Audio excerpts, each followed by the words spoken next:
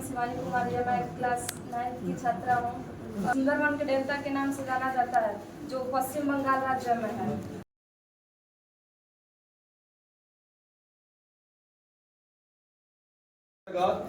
दूसरा टॉपिक दिया गया था भारत के पूरे मुख्य जो प्रमुख नदियां हैं उनकी उत्पत्ति और किन किन राज्यों से वे प्रभावित होते हुए अपने जल को कहां पे, उनके बारे में। इसमें जो द्वितीय स्थान प्राप्त की है शिवानी कुमारी। आइए शिवानी कुमारी।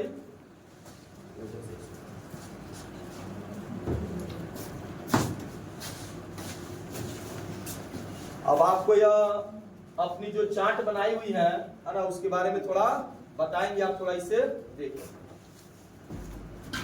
मेरा नाम शिवानी कुमारी है। मैं क्लास 9 की छात्रा हूँ और मैं भारत के प्रमुख नदियों के बारे में कुछ आपके साथ बताना चाहती हूँ। सबसे पहले उत्तर भारत की प्रमुख नदी गंगा है, जिसका उद्गम गंगोत्री नामक स्थान से होता है और भागीरथी प्रयाग में आके मिलती है। इसके बाद इसका नाम गंगा होता है। इसके आगे ये यूपी में बिजनौर जिले से प्रवेश करती है और बिहार से होते हुए ये झारखंड के उत्तरी भाग में होते हुए पश्चिम बंगाल से होकर वेस्ट बंगाल में गिरती है।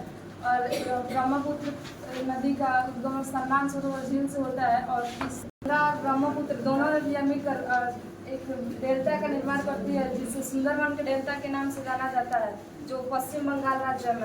प्रायद्वीपीय भारत की मुख्य नदी है तापी नदी, गोदावरी नदी, कृष्णा नदी, कावेरी नदी और वैगाई नदी।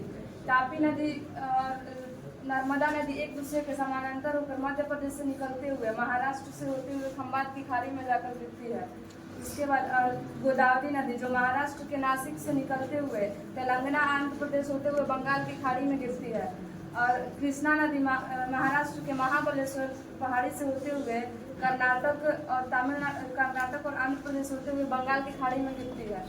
और ब्रह्मगिरी पर्वत से कावेरी नदी निकलती है, जो तमिलनाडु होते हुए बंगाल की खाड़ी में। गोदावरी नदी को दक्षिण भारत की गंगा कहा जाता है, जिसकी लंबाई 1400। इसको प्रायद्वीपीय भारत की जीवन रेखा भी कहा जाता है और ये प्रायद्वीपीय भारत की सबसे लंबी नदी है।